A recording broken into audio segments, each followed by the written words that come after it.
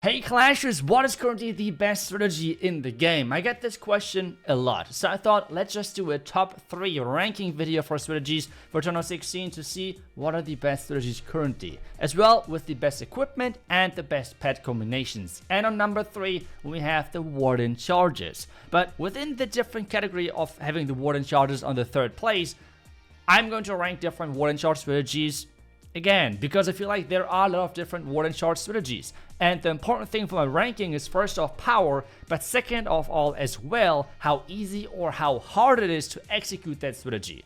So for example, this 9 healer charge strategy is really powerful. A lot of people have copied it, a lot of people are already successful with it in Legends and Clan War everywhere, but it is not that easy to execute. This is why I would put this strategy on the number 4 spot overall. Still strong, but quite challenging to execute.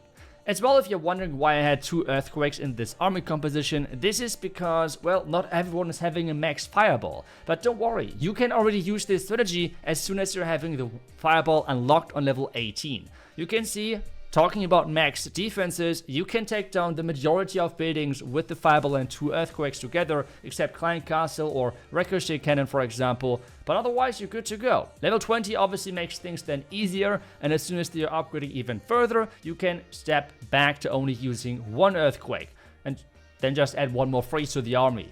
But in my opinion, the number 3 strategy currently with power and with how hard it is to execute is this Super Witch strategy. I know there is like a Mass Druid strategy as well out there, but I feel like this is just the stronger version of the Mass Druid army. The reason for that is because you have the power of the Super Witches, which makes this just insanely powerful.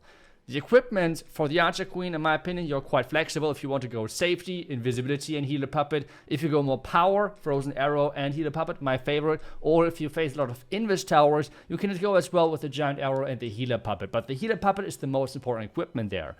Otherwise, let's just jump into some attacks and I will show you how and what exactly you have to do to execute this strategy. One thing which I have seen a lot as a concern from players with this strategy is that it's not as flexible, but I think that's a huge mistake, because talking about this, you're not looking at the core with all of those core defenses, which you would probably do with a regular Warden charge. No, you're just going for pathing, for the pathing of the Super Witches. I would compare this strategy to Queen Charge Hybrid to back in the days with the, well, Tournament 14 meta, where you just had to charge a part of the base, and then you play Hybrid around it, and you're good to go. And it wasn't really that important what exactly building-wise you would charge. It was more about to create the pathing for the Hybrid to make the strategy successful. And that's the exact same here for this strategy. You're not looking for like taking down the entire base with a fireball. It's more about like really setting up your Super Witches to make sure that they can only go in one direction of the base. And that's exactly what we do. We get a couple of storages, but as well the Expo and multi-archer tower. But as what is even more important, we took down the entire left corner with this fireball, which is creating then this pathing for the Super Witches. The next unique thing about this strategy is that because we have the Super Witches in the core, which can attack pretty much everything and will take down pretty much the entire core, we don't need the Queen over there. Instead, we're using the Queen on the outside and taking advantage of that fact that she can reach over the wall, so she can create the pathing even better for the Super Witches. Instead then, we have the King as a huge tank inside the core in front of the Super Witches, which means the Super Witches can literally never die. Even if we're jumping into a Rage Tower with a ton of defenses around, like multi-inferno towers, like the Town Hall and such things, we're still good to go with only 3 Super Witches. That's the cool thing, because we just keep adding those druids and they are keeping our Super Witches alive, which is just such massive healing. We don't even need Coco Loons or anything like that, which means we can bring even more druids into this match. As well, you want to have some druids on the outside to keep the P.E.K.K.A, for example, alive from that siege barrack. And that's another thing about the strategy, which makes it so simple to execute, is you pretty much 99% of the time use the siege barracks, which makes it not as, well, I don't know, complicated when it comes down to the planning. It's just the same approach and the same idea overall for most bases out there. And the cool thing, it always works because you just have so much power.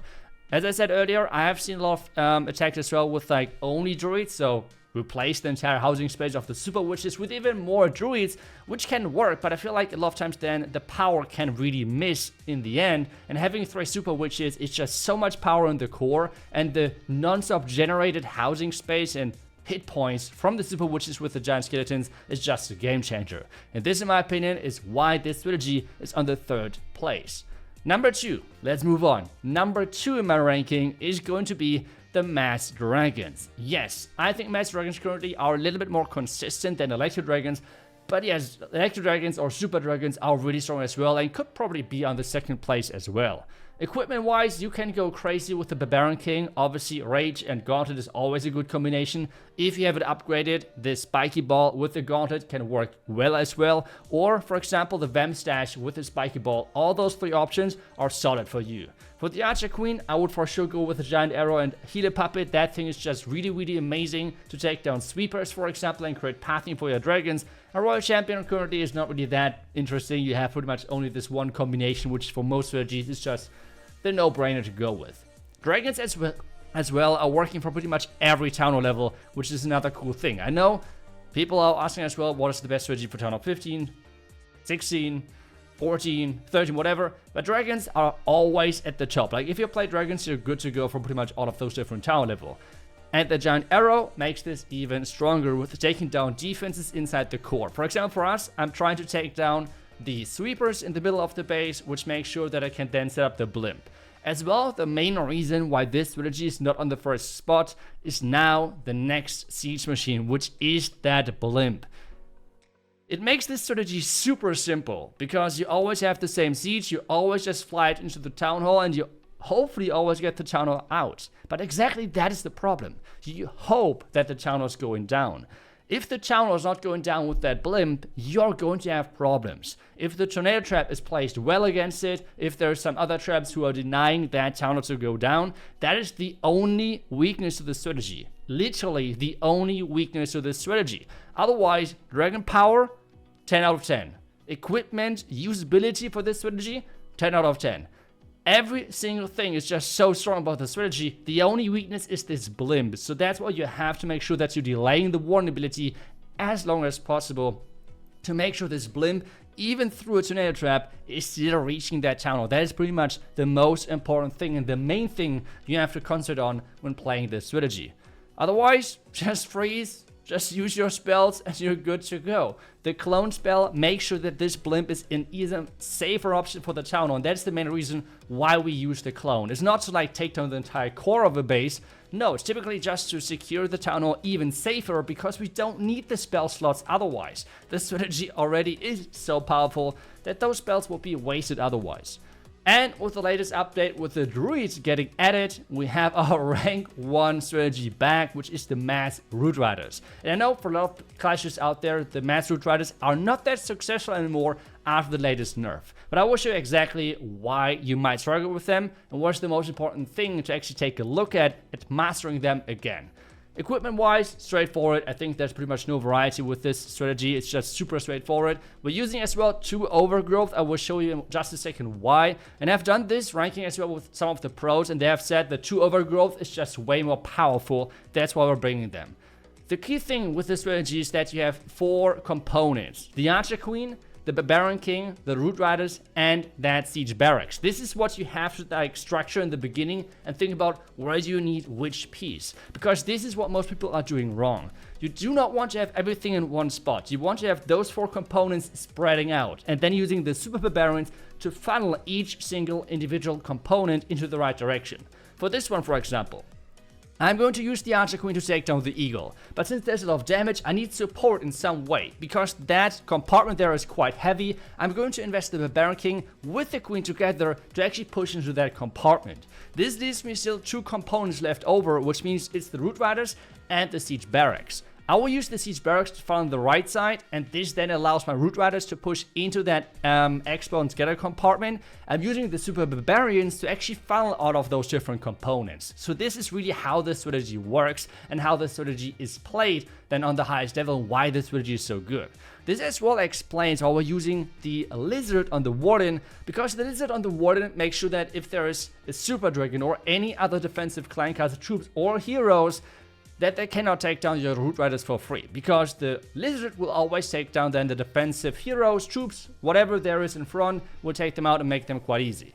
Next step for us is Overgrowth spell now. Wait for Rage Showers to get triggered, then use the Overgrowth spell. I think I could have been a little bit earlier here, but I'm still trying to then push the Root Riders into the middle. And then as well, another important step is don't overuse your spells. I see a lot of times that people have at this point no spells left, which is not really what you're looking for. You're looking for at least 1 Rage and Freeze if possible to really overpower the area which you have used the Overgrowth spell on. Next thing for us, Overgrowth now onto the Town and Monolith, because we want to make sure that step by step some of those defenses are available again to our Root Riders to then take them out quite easily, because the Town Explosion is not there. And that is as well the main idea of the Overgrowth, to have the Town as one of the last buildings, because this means the explosion damage and the Town Hall poison damage is pretty much useless versus our Root Riders, which is one of the only counters versus this specific strategy. And that's why I think, in my opinion, the Root Riders are back on the number 1. But to be honest, I think number 1 with the Root Riders and number 2 with the Dragons, they are really close. I think they're quite far ahead of the Fireball charges in the number 3 spot. And as well, obviously, Lalo attacks are still strong. Queen charge attacks are still looking good as well and successful.